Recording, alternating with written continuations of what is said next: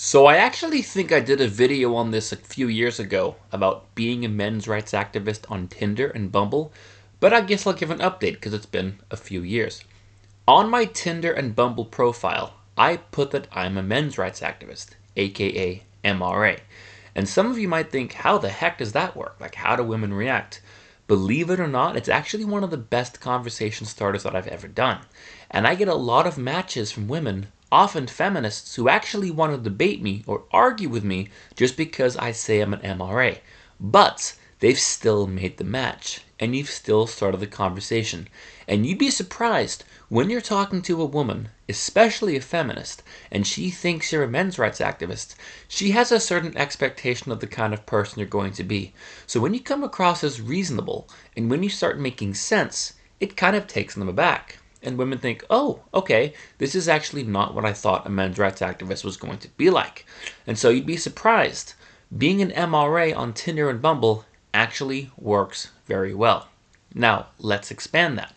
I think it's time for MRAs, men's rights activists, to start being public and open in their everyday lives.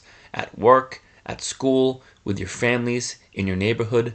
And yes, I understand why that's risky. Being publicly MRA is definitely a risk. There's a negative stigma and a negative connotation attached to it. But I do think that things are changing. And I do think that the men's rights movement is slowly but surely starting to win.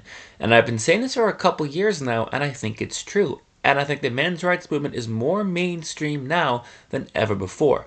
I've been in London for the last couple of weeks putting out flyers, going to the speaker's corner, and I have to say the reactions have been unlike anything I've ever seen before.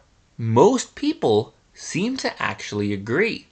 And if they don't quite agree, they don't exactly disagree either. They kind of nod their head sometimes and go, well, you have some points. I can see some reason behind that. It's very different than it was 5, 6, 7 years ago. I really do think that this is the moment for the men's rights movement to really kind of step out.